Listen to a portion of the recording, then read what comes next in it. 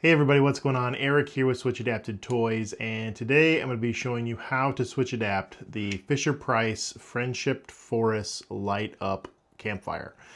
This is a pretty simple toy. Basically, it just lights up. That's really all that it does. Unfortunately, there's no like music or anything like that, but it's a pretty inexpensive toy, and some kiddos might still like the light up. So we're gonna show you how to switch adapt it. It should be pretty straightforward, although I haven't done it yet, so we'll kind of figure it out as we go along. So what I mean by switch adapt is we are essentially gonna rewire this toy so that we can use an accessibility button like this one. This is our 3D printed switches. We have them on our website, free to download. And we can basically activate the toy using an external button. So for a child that might have limited motor capabilities, who can't, play with the toy as it typically is, this is actually kind of hard to push anyways. They can press the button to activate the toy. And it's just kind of tailored to their needs. It makes the toy more accessible for everybody of all abilities. So that's what we do here at Switch Adapted Toys. We are a 501c3 nonprofit organization, and our mission is to make play possible for everybody, for all abilities. So we do that by teaching people how to switch adapt toys like this one. Like I said before, we've got files to 3D print your own switch button and save you lots of money doing it that way. And we just have a whole bunch of resources on our website, all available for free, all about switch adapting toys. So if you want to find out more, you can visit our website, www.switchtoys.org. All right, so let's go ahead and get right into it. The first thing that we're going to do is turn the toy over and remove all the screws on the back side of the toy. All right, so with all those screws removed, we should be able to separate the two halves of the toy, and we can just set this aside because we won't need it right now. All right, so inside the toy here, you can see that there's two switches, and the switches do the same thing. It basically just activates the light, the LED there. So we've got a couple ways that we can adapt this. We only need to adapt one of these because they do the same thing. We could solder our headphone jack wires directly to the leads that are on this switch already. That's a perfectly fine way of doing it. One thing that can happen is when you heat these up, the solder that's already on there and the wire can pop off. If that happens, you just got to solder it back on. But we could also solder directly to the circuit board. So I'm just going to show you how to do that. We've got plenty of videos showing you how to solder to these switches. You can check those out. It's really not hard, and it's a perfectly good way of doing it, but I'm going to go ahead and take the circuit board off and solder it directly to the circuit board. So there's just two screws here that we need to remove. All right, so I'm going to flip this circuit board over. And you can see, I'll just do this blue wire here for this switch. The blue wire goes into the circuit board right here, and the wires go through the board, and they're actually soldered on the back side. So I'm going to basically just solder my headphone jack wires to these 2 points that right around on the circuit board. And then it will basically bypass this switch whenever the external button is pressed. But before we can solder anything, we need to drill a hole into the toy so that we can get our headphone jack wire into the toy. You could drill your hole in a bunch of different places in this toy. There's plenty of room. What I'm going to do is I'm going to drill my hole at the bottom here. And this toy kind of wobbles, but I don't think having a cord coming out of there is really going to interfere with it too much. And if I keep everything on this side, then I won't have to mess with the top half of the toy at all, which will be a little bit easier to adapt.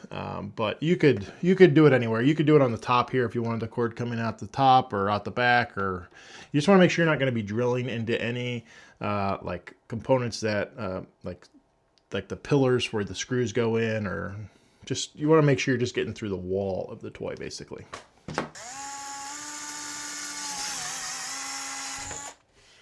All right, so now that we drilled our hole, we need to fish our headphone jack wire into the toy.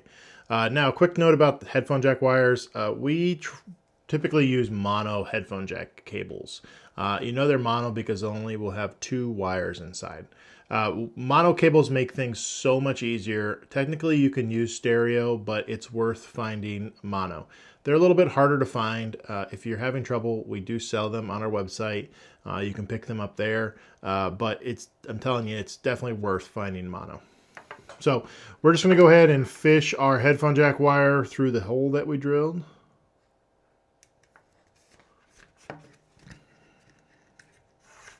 All right, so now it's time to solder. And what I like to do first is I like to get like a ball of solder on the tips of my wires. It'll make it a lot easier when I go to solder to the circuit board. So all I'm gonna do is I'm gonna use my soldering iron to kind of heat up the wire and bring in my solder and just kind of keep feeding it in until I get kind of like a ball at the tip of my wire.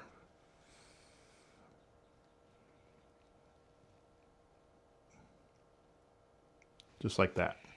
And next I'm going to add a little bit of flux paste. This comes in a couple different forms. This just happens to be like a syringe. And I'm just going to put kind of like a dab of the flux on those points. That basically just helps the solder flow. It's not necessary, but it is helpful. So now we can go ahead and solder our wires to the board. And I'm just going to basically reheat the solder that I put on the wire to begin with. There we go. Just like that. All right, so before we go ahead and put everything back together, it's a good idea to test it and make sure that it works. So when I press the button, the LED light should show up, and the LED is on this side of the circuit board. So here we go. There we go. All right, so now I'm going to resecure the circuit board and screw it back down. There we go. And let's put in those 2 screws. All right, so now what we need to do is we need to prevent somebody from being able to pull on this cord and just ripping it off the circuit board. So what I like to do is I like to put a zip tie around the wire on the inside of the toy. And we're gonna basically glue it to the wire so that it doesn't slip. Now basically the zip tie is not gonna be able to fit through the hole that we drilled, so it'll kind of engage with the side of the toy before it pulls on the connections. I'm gonna cinch that down real tight. I'm just gonna cut off the extra zip tie. And now I'm gonna use some CA glue or super glue to basically glue it in place. And if you have some, you can use some activator spray. And they'll basically instantly dry that super glue. So now I can pull on this and it's not going to affect our connections. All right, so now we can put the 2 halves back together. And just screw in all the screws on the back. All right, so now that we've got everything put back together, let's go ahead and plug in a switch and make sure that it still works. There we go. All right, so really simple toy to adapt. Essentially, it's just a light, but it's kind of a cool light, and a child might get a kick out of it. One kind of important safety note here is that, you know, this toy is intended for a baby, and now we've added this long cable, which could get wrapped around a child. So this really should not be used unsupervised. You know, it's a modified toy, so just be mindful of that. Yeah, I think now a child could play and interact with this toy that they otherwise may not have been able to. So if you like this video, if you find it helpful, make sure you hit the like button and hit subscribe to stay up to date on all our latest videos. We try to post pretty regularly, so make sure you're subscribed to stay up to date on that. If you want to find out more about Switch Adapted Toys, you could do so on our website, www.switchtoys.org. There we've got all of our resources kind of in one place. We've got all of our manuals there. We've got videos and PDF manuals. The files to 3D print your own switch button are there. And we also have an online store where we sell some pre-adapted toys. The proceeds help support making these content and making all these resources free to everybody. But we realize that some people might just not want to do it themselves. You know, that's our goal, is to teach people how to do it. But not everybody really wants to do it themselves, and they just need a toy that their child can play with. So we try to offer those reasonably priced, and like I said, all the proceeds go back into Switch. We're a nonprofit, so just trying to make these resources and make play possible for everybody. Lastly, on our website, you can join our Discord server, and there is kind of a place where like-minded people can come together and ask questions and get help. And it's not all from us. We've got some really engaged members on there that, you know, you just post a question or a toy, and generally somebody will have an answer for you. So if you want access to the Discord server, check out our website. And I guess that's it. I'm Eric with Switch Adapted Toys, and we'll see you next time. Switched Adapted Toys. making play possible.